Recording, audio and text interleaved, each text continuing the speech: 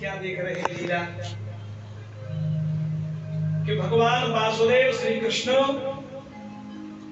उस काली नहर के किनारे पर आए तो उन्होंने ये देखा कि ऊपर से जो पशु पक्षी है ना, जीव जंतु जानवर पक्षी जो उड़ करके जाते हैं वो काली कुंड के बराबर में आते हैं तो उसका इतना विषैला जल है कि उसके विष के कारण जल करके भस्म हो जाते हैं, पक्षी नीचे गिर के समाप्त हो जाते हैं।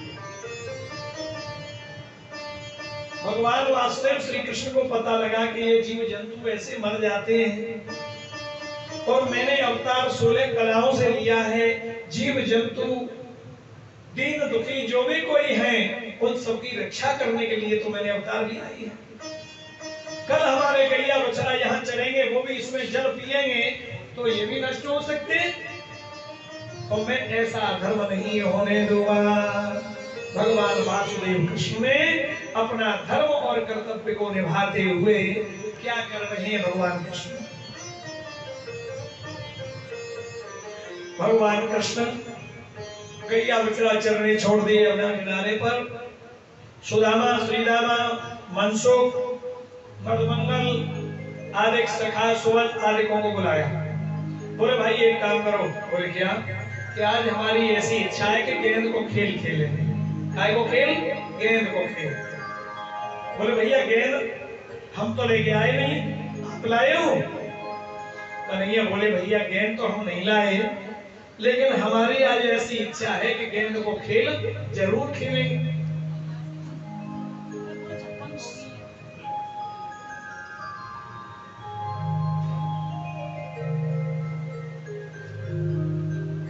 छप्पन भोग आ रहे हैं गोवर्धन पूजा के लिए। कितना बड़ा उत्साह है और कितना बड़ा भाव है भक्तों के अंदर, कितनी बड़ी श्रद्धा है। इसी को श्रद्धा कहते हैं। भगवान अब ऐसी श्रद्धा भाव जो भक्त रखता हो, क्या उस भक्त की प्रभु रक्षा नहीं करेंगे? क्या उसकी मनोकामना पूर्ण नहीं करेंगे? अवश्य करते हैं। तो यहाँ भगवान वासुदेव कृष्ण बोले भाई श्रीरामा भैया गेंद लेके गए होंगे। श्रीरामा अपनी धोती की फेंट में अपनी गेंद को छुपा रहे हैं कि पता नहीं लग जाए। धोती की फेंट में छुपा रहे हैं। श्रीरामा बोले भैया कन्हैया अगर गेंद खेलने की इच्छा है तो भैया गेंद लेके तुम्हें अपने आप आना चाहिए। बोले भाई एक बात बताओ, जब आप हमारे सखाओ मित्र हो, सब साथ में रहते हैं रातों दिन, तो अगर आपकी गेंद आप दे देंगे तो क्या हो जाएगा? बोले भैया मैं गेंद कहाँ है ये बताओ तुम। तुरंत कन्हैया ने दौड़ के और धोती की फेंट कस करके कमर में पकड़ ली। बोले ये कहा है गेंद नहीं है तुम? बोले गेंद तो है, तो छुपाए क्यों रहो? बोले छुपाए क्यों रहोगे, अगर खो गई तो कहां से आएगी? मैं अपनी गेंद यही कारण से छुपाएगा भैया। बोले एक काम कर श्रीरामा भैया अपनी गेंद दे दे, और या गेंद अगर तेरी खो भी जाएगी तो हजारों गेंद दे देंगे तेरी को हम, तू क्यों चिंता करता है? बोले भैया हजारों से मुझे कोई मतलब नहीं है, वो तो अपनी प्यारी गेंद एक ही है, मैं अपनी गेंद को नाए दूं और तू ले रहा है तो खोई नहीं जा, तो ध्यान रख। कन्हैया ने गेंद को ले लिया और श्रीरामा सुबल मनसुख सखा सब जो है दो टोलियां बन गई।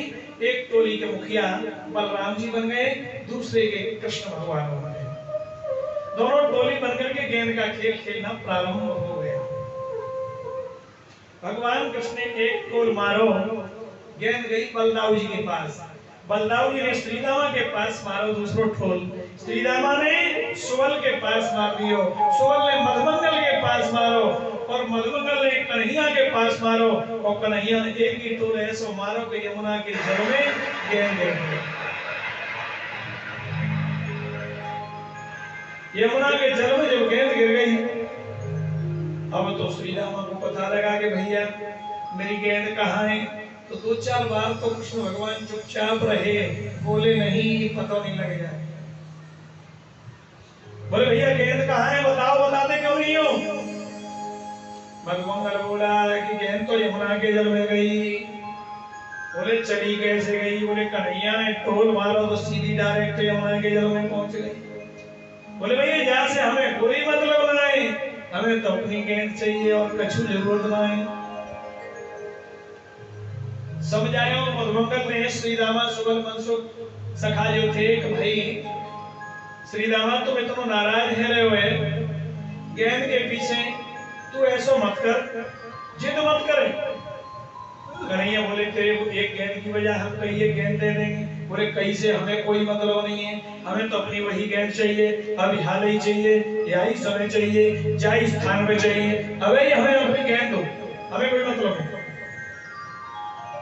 जिद पड़ गई कन्हैया पे इतनी कहां बर्दाश्त होती है।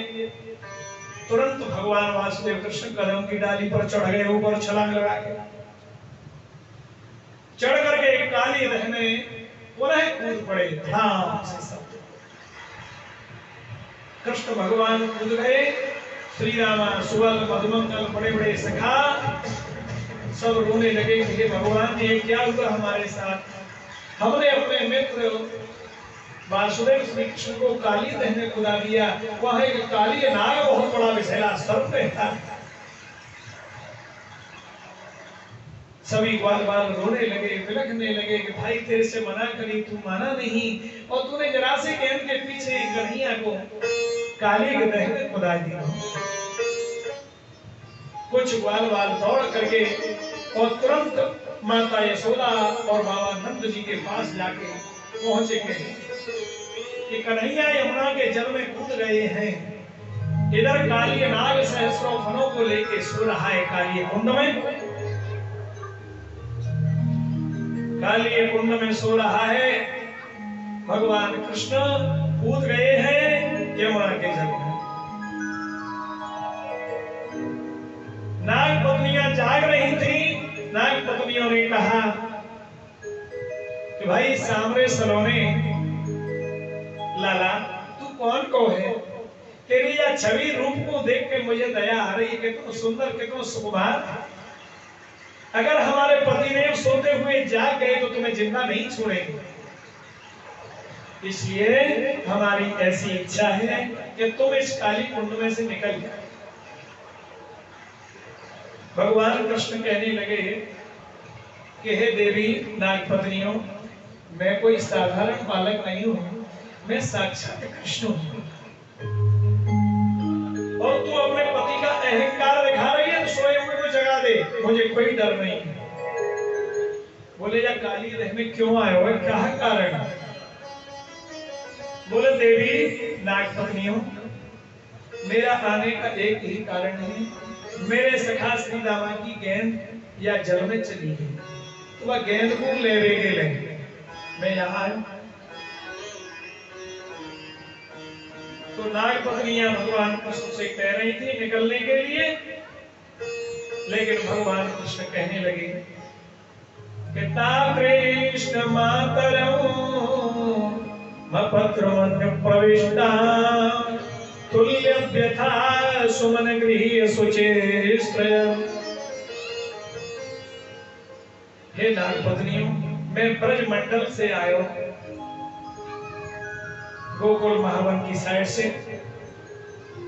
और नंद बाबा मेरे पिता हैं, यशोदा मैया मेरी माँ है, मुझे वासुदेव श्री कृष्ण कहते हैं। श्री रामा सखा की गेंद लेने की इच्छा से आया। बोले अगर हमारे नाग देवता जागे तो तुम्हें जिंदा नहीं छोड़ेंगे। बोले अहंकार करती हो तो जगा दो। भगवान कृष्ण ने जगाने के लिए बोल दिया। नाग पत्नियां वार्ता कर रही थी, जब तक सहस्त्रों फलों को लेकर के वो काली नाग जाग गया। काली नाग फुचकारने लगा, जाग गया है, सहस्त्रों फलों को उठा करके फुचकार मार रहा है।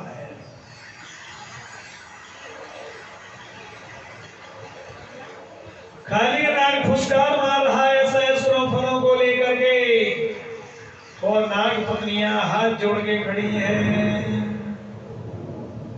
भगवान कृष्ण के। अब काली नाग कहने लगा कि हे नृग बालक तू कौन है? बोले हे काली, तुम इस जल में से निकल के भाग जाओ, हमारी आज्ञा है। काली नाग कहने लगा कि अगर तू बलशाली है तो मेरे से युद्ध कर।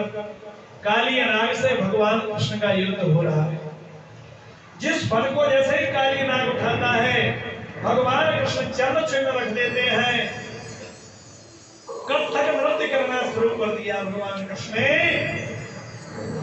काली नाग की नसों से ढीली कर दी, बिल्कुल थकित कर दिया।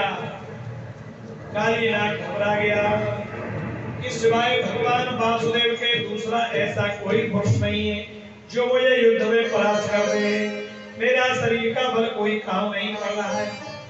काली नाग ने भगवान कृष्ण के शरीर में अंटे लगा लिए। भगवान कृष्ण ने अपना रूप बढ़ाना शुरू कर दिया। काली नाग की नसें चटक चटक करने लगी। काली नाग घबरा गया। बोले भाई, आप तो साक्षात भगवान वासुदेव हैं प्रभु, कोई साधारण बालक नहीं है।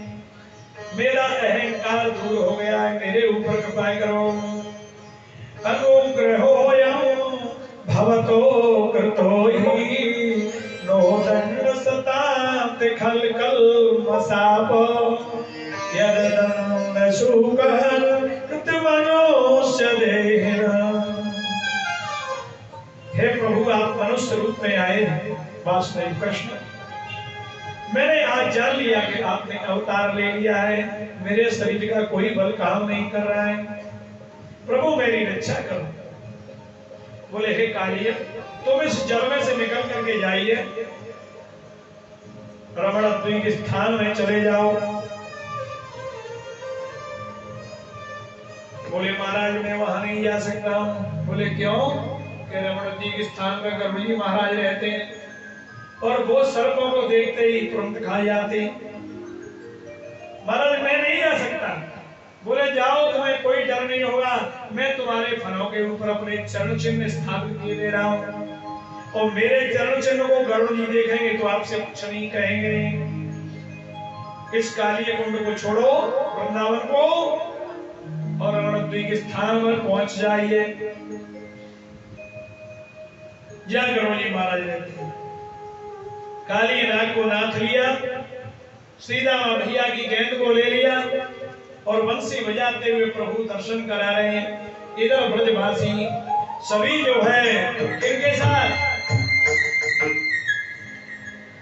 गोपाल वालों के सहित में बाबा नंदराज जी और यशोदा मैया रुदन करते हुए चले आ रहे हैं कि भैया बलराम मेरे कन्हैया कहां से कूदो, वो मुझे बतलाओ, मेरा लाला कहाँ है? अब लाला को ढूंढते ढूंढते ग्वाल वालों के समेत में मैया यशोदा और बलराम जी को ग्वाल वालों सहित आ गए।